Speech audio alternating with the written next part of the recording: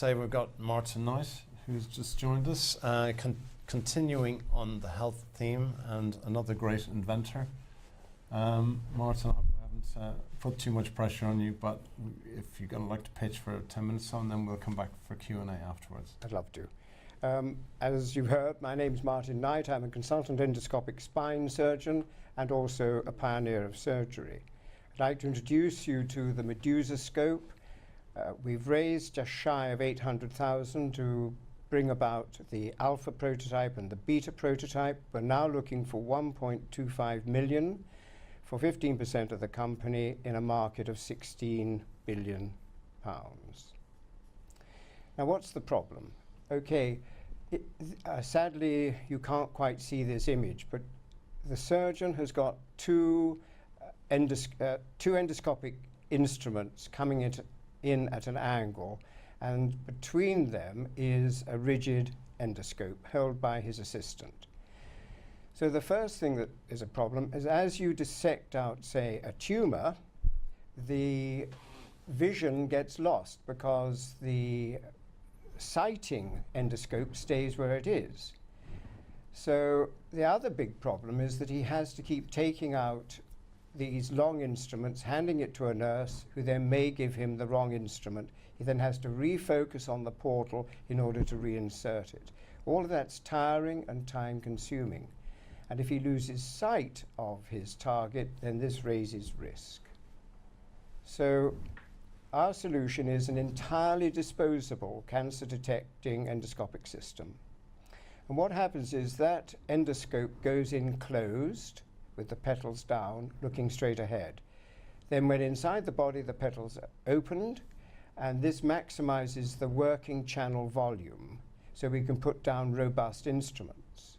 Outside the patient is a Colt revolver magazine system, and in that there are a number of working tips, and through RFID, the surgeon can see exactly what he's got on the screen without taking his eyes away. He then pulls back the lance, picks up the instrument and pushes it down into the working zone where it's firmly locked on. So in recent times we've also found that we can change the lighting and the camera tips, which then allows us to see and detect cancer cells in the periphery of the working zone. What about the alternatives? Well, Olympus has a single portal entry system, and as you can see from there, the instruments are very small, can become entangled, and again, you've not got direct sighting of each instrument tip. By contrast, you have the very attractive robotic system, highly expensive, long setup time, increased infection rate, and if something goes wrong, that surgeon has to get scrubbed and into the patient, and don't forget you can bleed a patient out in 6 minutes. Now our system will also work well, as the robotic system does, on major prostatic extirpation.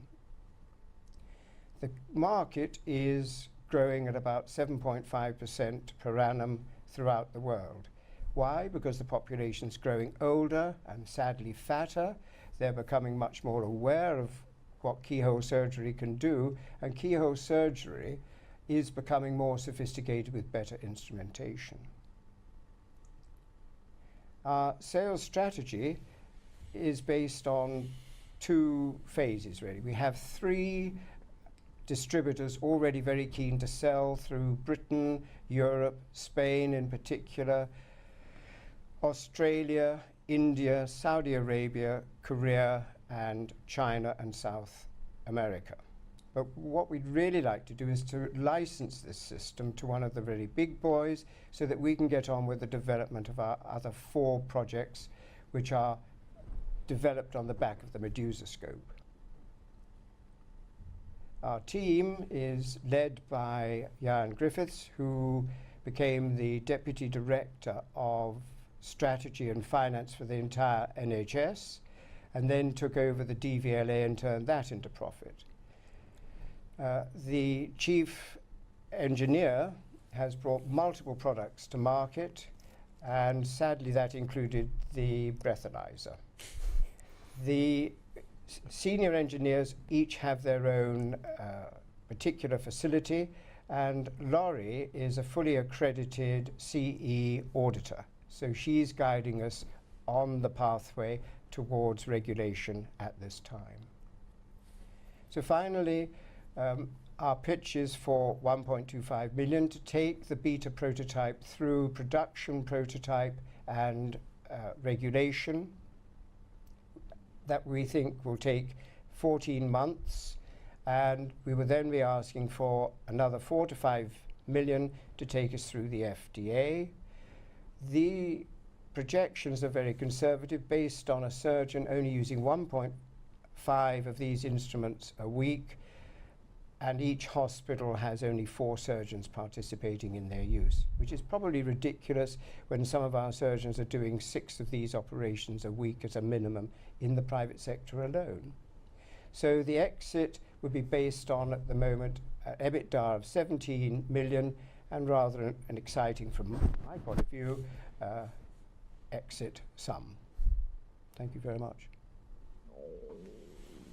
That's me. That's you, Martin. Thank you so much. I have to claim a vested interest here because you operated on my son quite coincidentally about 5 years ago, and he had a disc problem, being a big rugby player, and I'm happy to say he's still playing and in fine fettle. So a little bit about you, really, because you've been in this business, well, the health business, a long time. Can you tell us a little bit about your own background? Yes, I've been operating for an awful number of years, but I've been an endoscopic specialist for 30 years. And when I first started, there were no instruments that are suitable, so that's why I had to set up a company to make them.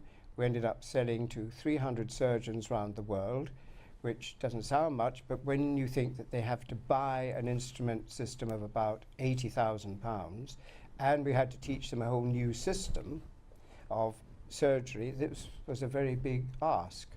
And we've learnt from that. So that's why this system is off the shelf and completely disposable, and we don't interfere with the way the surgeon works. That surgeon will begin not to have to use the assistant, we believe, in this system, and can go further and more safely with less fatigue, and will like it.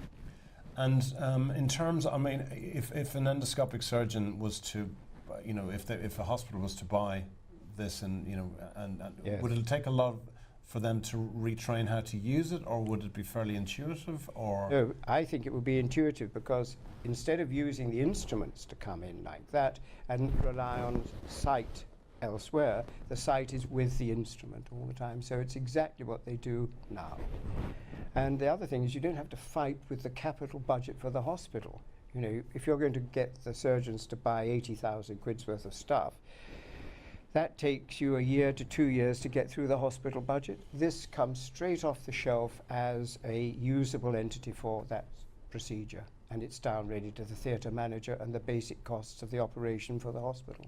And just in terms of regulation, I mean, what is the kind of lead, from today to Yes. this being deployed? What's the time frame there? Well, I think investors tend to look at regulation and think, oh gosh, it's like the drug pharmaceutical world. You need 15 million and 5 to 10 years to get it to market. Not at all with this. We will be a class 2A in part and class 2B in some aspects of this device. And there may be no animal studies required. It'll be in laboratory testing, using centres like the Welsh Institute for Minimal Access Therapy to evaluate the system. They will want, I think, or we're advised, to do a post-marketing survey, so they'll watch how it goes. But before we're allowed to put it in, we will have tested and shown that the device doesn't come apart, doesn't harm the patient. The heating levels are very low because we're using specialized LED lighting. Rob. So can you walk us through the economics? I mean, for any business, I like to see the bottom-up economics and understand them. So if I'm a hospital in Florida, is this something that's also a cost-saving measure, or what's sort of the initial kit outs Yes. per procedure cost, and how does that fit with today's options? Absolutely. At the moment, to do one of these operations, they will use 7 instruments. Now, we incorporate all those 7 instruments in each of the Medusa scopes, and the price of the Medusa scope in Britain would be £320, costing us 120 to make on small volumes. Of course, if the volumes go up, that will improve still further, as you will know. So in terms of economy for the hospitals in Florida, they would see this as, don't forget the prices in America are so much higher, so I have to base it on over here, if I may. Sure. But it will be economically a small saving in terms of actual cost from the shelf, but a saving in risk, a saving in the enormous costs if something goes wrong, and probably a third. When we've measured this activity ourselves, we think it's going to save as much as 30% on an operations time. So that means the hospital can put through another case and use their theatre time more effectively. Are clinicians able to specify the products they require in this case? Yes. Can a clinician request this and require this? Yes. And also they can select the right bandolier of tips that they want. So if they want 2 graspers, slightly different bends on them, because you know we are a bit of a diva when it comes to surgery.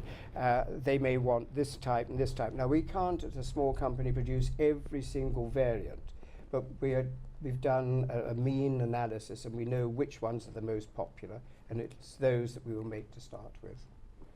And this actually has a pass-through channel, so the surgeon can use, we can't compete with J&J for making something called harmonic, which is a dissecting tool.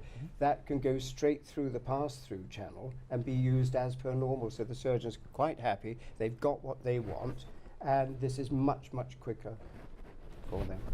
Well, What clinical validation or work with kind of practicing surgeons have you done to validate out that they would adopt a tool like this? Only that we have put it through YMAT, a group of surgeons in London and a group of surgeons in Kent, and they've tested it and given us their feedback.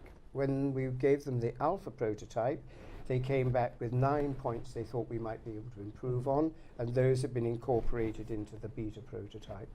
So, of course, we can't put it into humans yet because we haven't got regulation, but we can put it into these training dummies, which is how they're evaluating them. And they were very excited to be using 2 of them at the same time. So it was nice. And you mentioned about the licensing model. Is it the only go-to-market strategy that you're going to deploy? Okay, of course, for something like this, that's a horribly good question.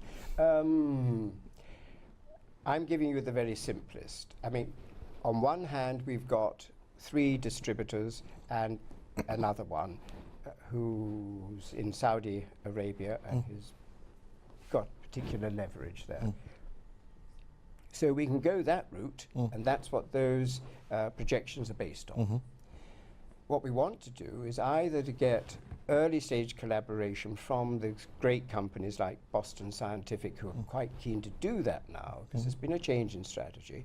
So they would come in early and work with us and license from us, and then we would continue to build these other products, which are like the flexible, small bore versions and so on, and the gastroscope and colonoscopic version. There is another slight variant where we would go in with just the outer part of the Medusa scope, the sort of trocar with the lighting and so on, and the surgeons just continue to use their existing tools, and then later they progress to using the lance and Colt revolver system. The reason for my asking of that question was you mentioned about 8.6% CAGR growth in the Asia APAC.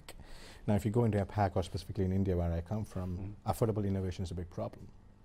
Now, if you're going to go into the licensing model, again, the cost of the actual instrument is left at the distributor's mindset. So it may not necessarily reach the kind of volumes we're talking about. And you may still be able to get a market share, but it may not be the market share that you may want to, because it's still not in the affordable innovation, which is the bottom of the pyramid or a bit above that. So yes, you're absolutely right, and I've had the pleasure of lecturing over there and operating over there. As you'll know probably better than me, there's quite a variance in the hospitals, and there are a number of hospitals focusing on richer members of the population, and there they don't seem to have such a worry about the cost. They seem to be more interested in safety, promoting their record. I have a lovely anaesthetist who's out, just left me, and he's out there running a hospital now, and that's the feedback he's been coming back with, and so have several others. So your point is horribly well made. India is a vast market, and of course we will be able to access more and more of that market as our prices come down, as our volumes go up. But I think it will probably be handled by the likes of, say, Medtronic, or the next tier down. I think the people who will be keenest to get onto this, because it's so disruptive, are people like Purple or somebody like that, who would, or Corin, but Corin's just been bought up, who would want to be the next J&J. And this, of course, would give them great access, because a lot of their systems wouldn't be disrupted as badly as Medtronic. And one of the reasons we're going to actually get them on side is if you do challenge these very big boys, they can come back with some slightly difficult tactics. And it's probably better to have them on our side rather than us trying to compete with them. And how do you, just like in the last couple of minutes, how do you, in terms of protecting your IP, this is your invention, you know, what kind of rigors do you go through in order to protect yourself from, you know, copycats? And okay, we have 10 patents filed.